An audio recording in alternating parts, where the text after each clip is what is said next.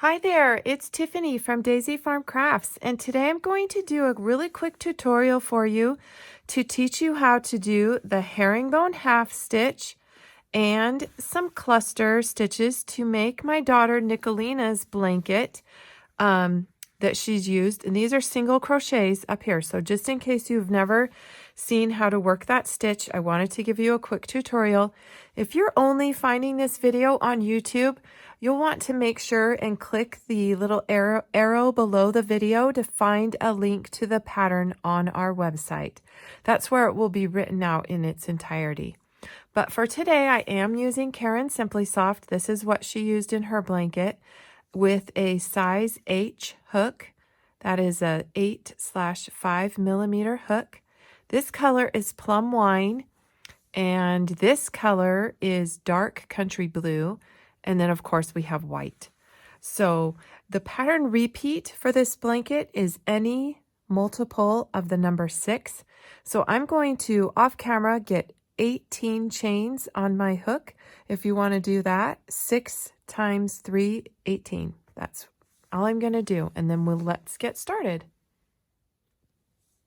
So here's my 18 chains, and I've done them in a little bit lighter blue color, so hopefully you can see a little bit better. And we will start with a herringbone half stitch in the second chain from the hook. So 1, 2, and I am working just underneath the top loop. I'm yarning over, inserting my hook, yarning over and pulling back through, and then continuing to pull through just the first loop on the hook. Then I will yarn over and pull through both loops. And that is a herringbone half. So let me show you again. Yarn over, insert my hook, yarn over and pull the loop back through, and continue pulling through the first loop on the hook. And then pull through 2.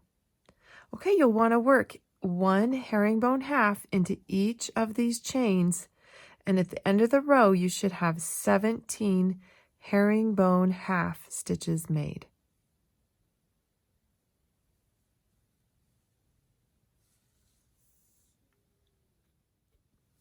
Okay, so I have 17 herringbone half stitches here, and for this blanket I'm just going to chain 1 and turn.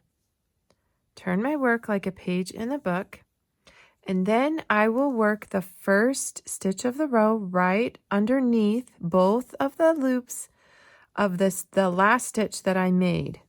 So I'll yarn over, whoops, insert my hook underneath both of the loops, pull up a loop, go ahead and pull through just 1 more, and then finish the stitch.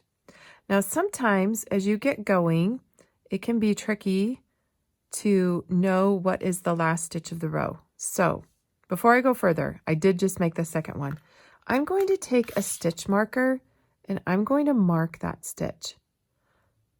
Then I'll know, because sometimes when you're making a big long blanket, you don't want to go back and have to count. Okay, did I have 100 and whatever stitches? I mean, it's easy to count right now because we're just dealing with 17 stitches. But when you have that large of a blanket, and especially with this stitch, it is easy to miscount, and then all of a sudden your blanket is, not as straight on the sides that you would like it to be. So anyway, I'm just working 17, down this row to show you more. And since I forgot to have you mark, when we very first started, I just want to show you this. This is the first stitch that we did, and that will be the last one that we worked into. So anyway, let me keep working, and then we'll mark the other side. Okay, so again, I have the 17 stitches across, and that was, I counted that, and then that's how I knew where to work my last stitch. But I just still think it's not a bad idea to go ahead, and after you work the very first stitch of the row, right there, it's that stitch that you want to mark. just go ahead and use a little clip. You can use a safety pin, like I said, or a bobby pin, anything to keep it so that you know. And then the sides of your blanket will always stay straight and you don't have to count. I think in the pattern, I think the base chain is like 96. So that's too many to count. All right, in the pattern, she does 10 rows of this in the dark country blue. I'm not going to do 10 rows for you because I think the only other stitch you'll need to know is a single crochet and then how to change colors with that. So we'll do a bobble row together here after I finish this row.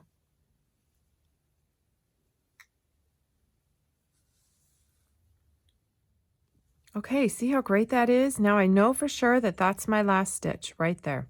So I'll take this out and let me give you a little tutorial about how we're going to change colors with this herringbone stitch. So I will go ahead, yarn over and work that first step by pulling through just the first loop. I'll have 2 loops left on my hook and I'll take that new color. Of course, if you're going to do the exact colors my daughter did, this would be the plum wine, but today I have this great pumpkin color just as some handy extra color of yarn. And I just simply laid that over my hook and pulled through. Now for this row, we'll still chain 1 and turn our work. And again, go ahead and mark that stitch if you would like to.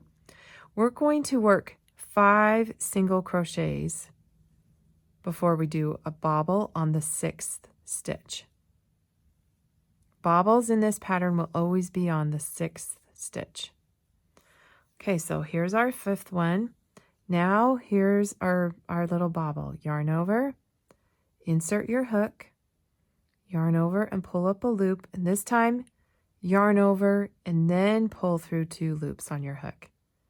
That's half of a double crochet if you want to think of it that way, and there's 1. We're going to repeat this 3 more times so that we have a total of 4.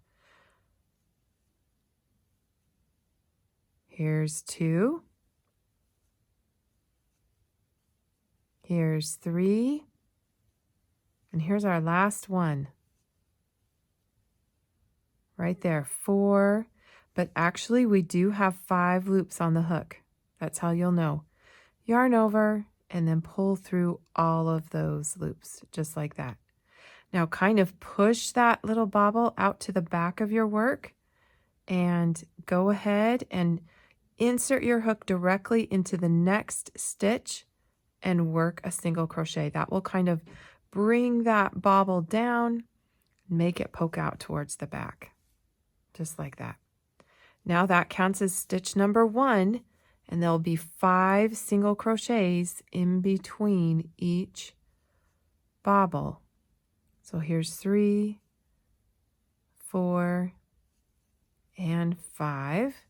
And let's work another bobble. Let's do double crochet 4 together. That's all in 1 stitch. Here's the 3rd one, and here's the 4th one. Now yarn over and pull through all 5 of those loops. Work immediately into the next stitch with your single crochets, and there should be 5 stitches left to the end of your row. 1, 2, 3, 4. Let's take our marker out. And here's 5. And that's it for a cluster row. Now you'd want to, cut this color. I think on the first section, it's only just this color. The next section, let me show you what I'm talking about. In her blanket, this part is just 1 row. That's it. You'll have to cut the yarn and add the white back in. But when you work these rows, we're going to add a row of single crochet before we do the clusters again. That way, they all are on the same side of the blanket. So let me just show you what that would look like. So I would not change color yet. I'll just chain 1 and turn. And you really just will work single crochet into the top of each stitch, and I'll show you where that what that looks like with the cluster. So 1, 2, 3, 4. Here's 5, and really it doesn't look very much different. Maybe it's a little bit, that V is just a little bit larger.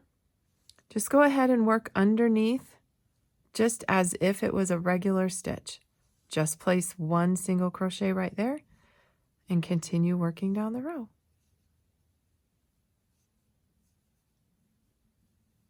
Okay, I think that's it for this blanket.